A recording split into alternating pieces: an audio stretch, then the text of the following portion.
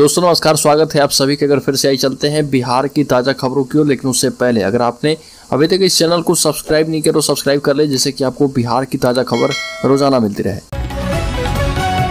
पहली बड़ी खबर सीएम नीतीश कुमार के लिए पहले आरसीपी सिंह और अब जेडीयू संसदीय बोर्ड के चेयरमैन उपेंद्र कुशवाहा सिरदर्द बन गए हैं। उपेंद्र कुशवाहा अपने बगावती तेवर पर कायम है। नीतीश कुमार पर अनदेखी की आरोप लगाते हुए आर पार की लड़ाई का बिगुल फूंक चुके हैं। ऐसे में 19 और 20 फरवरी को कुशवाहा का पार्टी में लिटमस टेस्ट होना है। जेडीयू नेता पार्टी कार्यकर्ताओं को पटना बुला चुके हैं। उनका कहना है कि पार्टी कमजोर हो रही है। पार्टी को मजबूती देने के लिए 19 और 20 फरवरी को पार्टी कार्यकर्ताओं और समर्थकों को पटना बुलाया गया है। उपेंद्र कुशवाहा कह रहे हैं कि पार्टी और नीतीश कुमार को कमजोर करने के लिए राजद से डील हुई है, इसी पर चर्चा की जाएगी। वैसे हालात से साफ है कि इस बैठक में नीतीश कुमार के खिलाफ ही रणनीति बनेगी। अंकुर पटना में शिक्षा संघ की आपातकालीन बैठक। शिक्षक संघ ने रखी मांग के कहा कि अप्रशिक्षित शिक्षकों के प्रशिक्षण के लिए 31 मार्च तक बढ़े डेट। टीटीएसटीटी उत्तीर्ण नियोजित शिक्षक संघ गोपकुट के प्रदेश प्रवक्ता अश्विनी पांडे ने एक आपातकालीन बैठक बुलाई है और ये बताया कि टीटीएसटीटी उत्तीर्ण नियोजित शिक्षक संघ के प्रदेश अध्यक्ष मार्कंडे पाठक ने इस बैठक की अध्यक्षता कर दी है, जिसका संचालन संघ के प्रदेश महासचिव सैयद साकिर इमाम ने किया है। बैठक में ये कहा गया कि अप्रशिक्षित शिक्षकों के प्रशिक्षण के लिए 31 मार्च तक राज्य सरकार डेट बढ़ाए। राज्य के मुजफ्फरपुर जिले में बढ़ रहे अपराध के खिलाफ पुलिस हुई सख्त। लूटपाट, छिनतई एवं कोढ़ा गिरोह से जुड़े 2 साथी गिरफ्तार। मुजफ्फरपुर शहर में लूटपाट एवं छिनतई की वारदात को अंजाम देने वाले 2 साथीरों को पुलिस ने दबोचा है। दोनों कोढ़ा गिरोह से जुड़े बताए जा रहे। काजी मोहम्मदपुर पुलिस की पूछताछ के बाद अब मिठनापुरा और ब्रह्मपुरा पुलिस भी दोनों से पूछताछ करने में जुटी है। पुलिस की पूछताछ में हाल के दिनों में हुई लूटपाट एवं छिनतई की कई घटनाओं में दोनों ने अपनी संलिप्तता स्वीकार की है। इनमें से एक साथी का चेहरा काजी मोहम्मदपुर थाना के दामूचक मोहल्ले में रिटायर्ड प्रोफेसर की पत्नी से चैन छिनतई की घटना में शामिल बदमाशों से की जा रही है। एसएसपी राकेश कुमार ने बताया कि कुछ संदिग्ध को पकड़ा गया है। पुलिस की प्रारंभिक पूछताछ में कई घटनाओं में उसकी संलिप्तता सामने आई है। उसकी निशानदेही पर कार्रवाई जारी है और विशेष जानकारी भी दी जाएगी। और पटना मेट्रो निर्माण कार्य जारी। मिट्टी की खुदाई से पहले काटी जाएगी उपजाऊ परत, इसे पार्कों के साथ बंजर खेतों में डाला जाएगा। पटना मेट्रो के निर्माण के दौरान जमीन की 9000 वर्ग मीटर क्षेत्रफल की उपजाऊ परत को स्थानांतरित किया जाएगा। मिट्टी के ऊपरी हिस्से को काट करके पार्क, बंजर जमीन, खेती वाली जगहों पर बिछाया जाएगा। देश में पहली बार मेट्रो निर्माण के दौरान ऐसी योजना बनी है। इससे पहले मिट्टी की खुदाई के बाद उसका इस्तेमाल गड्ढों को भरने, सड़क निर्माण और खुले स्थानों में डंप के लिए किया जाता था। पटना में मेट्रो निर्माण के दौरान पेड़ों को भी काटने की जगह उखाड़कर दूसरे स्थान पर लगाया गया है। पटना में 32,497 किलोमीटर लंबे मेट्रो का निर्माण किया जा रहा। बिहार विधानसभा नेता प्रतिपक्ष विजय कुमार सिन्हा ने कहा कि राजद और जदयू हमेशा से पिछड़ों का अपमान करते रही है। कांग्रेस के साथ गठबंधन करके उन्होंने जेपी कर्पूरी ठाकुर लोहिया के साथ ही दलित, पिछड़ा, अति पिछड़ा, महिला का भी अपमान किया है। कांग्रेस का चरित्र सदैव पिछड़ा, अति पिछड़ा विरोधी रहा। कांग्रेस ने 1953 में पिछड़े वर्गों के लिए गठित काका कालेलकर कमेटी की 1955 की रिपोर्ट को 45 वर्षों तक दबाए रखा। जनता पार्टी की सरकार ने 1978 में मंडल कमीशन का गठन किया, जिसमें भाजपा के अटल अडवाणी भी शामिल रहे। 1980 में पिछड़े वर्गों को सरकारी नौकरियों में 27% आरक्षण देने के लिए मंडल कमीशन की रिपोर्ट को कांग्रेस ने 10 वर्षों तक दबाकर रखा।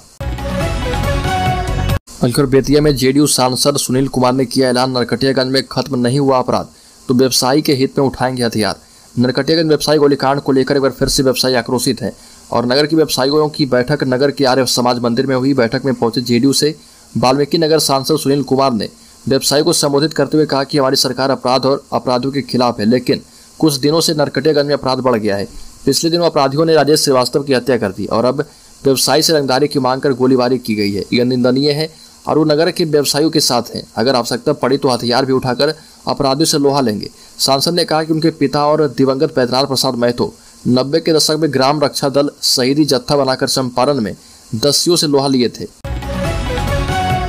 राज्य के मुख्यमंत्री नीतीश कुमार ने एक बार फिर से विपक्षी एकता पर जोर दिया। पटना में भारतीय कम्युनिस्ट पार्टी CPI-ML के अधिवेशन में नीतीश कुमार ने कहा कि अब कांग्रेस को निर्णय लेना होगा कि 2024 में क्या रणनीति होनी चाहिए और विपक्षी एकता को किस तरह से मजबूत करना चाहिए। यदि कांग्रेस इस बात पर तैयार हो जाए तो 2024 में भाजपा 100 सीटों के अंदर सिमट कर रह जाएगी।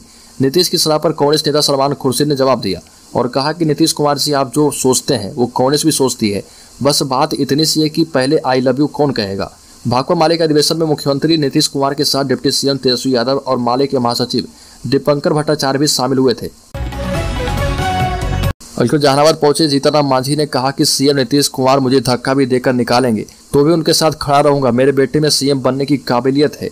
हम पार्टी के नेता एवं बिहार के पूर्व मुख्यमंत्री जीतन राम मांझी जहानाबाद पहुंचे, जहां पर जिले के मखदमपुर बाजार में कोल्ड स्टोर का उद्घाटन करने के लिए पहुंचे थे। इस दौरान मीडिया से बात करते हुए कहा कि मैं गठबंधन में ईमानदारी पूर्वक हूं और नीतीश कुमार पर मुझे पूरा विश्वास है। वहीं जब उनसे पूछा गया कि आपने अपने बेटे को मुख्यमंत्री बनाने की मांग की है तो उन्होंने कहा कि इसमें हर्ज क्या है, संतोष कुमार सुमन में मुख्यमंत्री बनने लायक सभी काबिलियत है और अगर वह मुख्यमंत्री बनाए जाते हैं तो बिहार के विकास की गति और भी आगे बढ़ेगी। ये भी कहा कि नीतीश कुमार ने मुझ पर बहुत विश्वास कर मुख्यमंत्री की कुर्सी सौंपी थी और मैंने अपने 9 महीने के कार्यकाल को पूरी ईमानदारी पूर्वक किया। मेरे शासनकाल में किसी तरह की कोई गड़बड़ी नहीं मिल सकती। और बिहार पुलिस त्योहारी मौसम में अश्लील गाने बजाने वालों पर कसेगी नकेल, अब होगा कड़ा एक्शन। बिहार पुलिस ने महाशिवरात्रि और 3 सप्ताह के बाद होली तक उत्सव जैसा माहौल रहने के मद्देनजर चेतावनी दी है कि अश्लील गाने बजाने वालों के खिलाफ कड़ी कार्रवाई हो सकती है। राज्य में बोली जाने वाली सबसे लोकप्रिय भाषा भोजपुरी में द्व्यर्थी गीत बजाने वालों के खिलाफ कार्रवाई की जाएगी। राज्य के अपर पुलिस महानिदेशक जेएस गंगवार के मुताबिक वैसे गाने जो सुनने में शालीन प्रतीत नहीं होते हैं उन्हें अश्लील गाना माना जाएगा, उसके मुताबिक कार्रवाई की जाएगी। गंगवार ने संवाददाताओं से कहा कि पुलिसकर्मी पुरुष और महिला दोनों अपने अपने अधिकार क्षेत्र में गश्त करेंगे और इस अवधि के दौरान विभिन्न पंडालों पर कड़ी नजर रखेंगे और ये सलाह दी जाती है कि लोग ऐसे गाने बजाने से बचें जो अश्लील हो और किसी की भावनाओं को ठेस पहुंचाते हों। बिहार पुलिस के विशेष शाखा के द्वारा सभी जिलों के पुलिस अधिकारी को एक पत्र भेजा गया है जिसमें जाति सूचक और सांप्रदायिक बोल वाले गाने बजाने वालों के खिलाफ कड़ी कार्रवाई करने की सलाह दी है। राज्य में अपराधियों के हौसले बुलंद है, पटना में वार्ड पार्षद की गोली मारकर हत्या।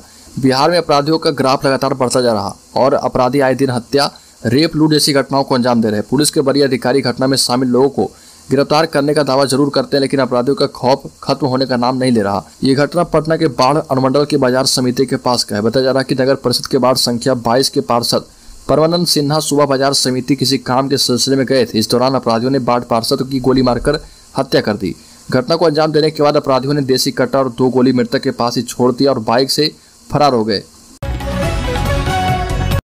आर पार के मूड में है उपेंद्र कुशवाहा। राज्य भर के कार्यकर्ताओं की बुलाई बैठक। जेडीयू नेता उपेंद्र कुशवाहा ने आर पार की लड़ाई शुरू कर दी है। लगातार पार्टी के खिलाफ बोलने के बाद उन्होंने आरजेडी जेडीयू के गठबंधन डिप्टी सीएम तेजस्वी यादव को मुख्यमंत्री बनाने के ऐलान के खिलाफ राज्य भर के जेडीयू कार्यकर्ताओं को पटना बुलाया है।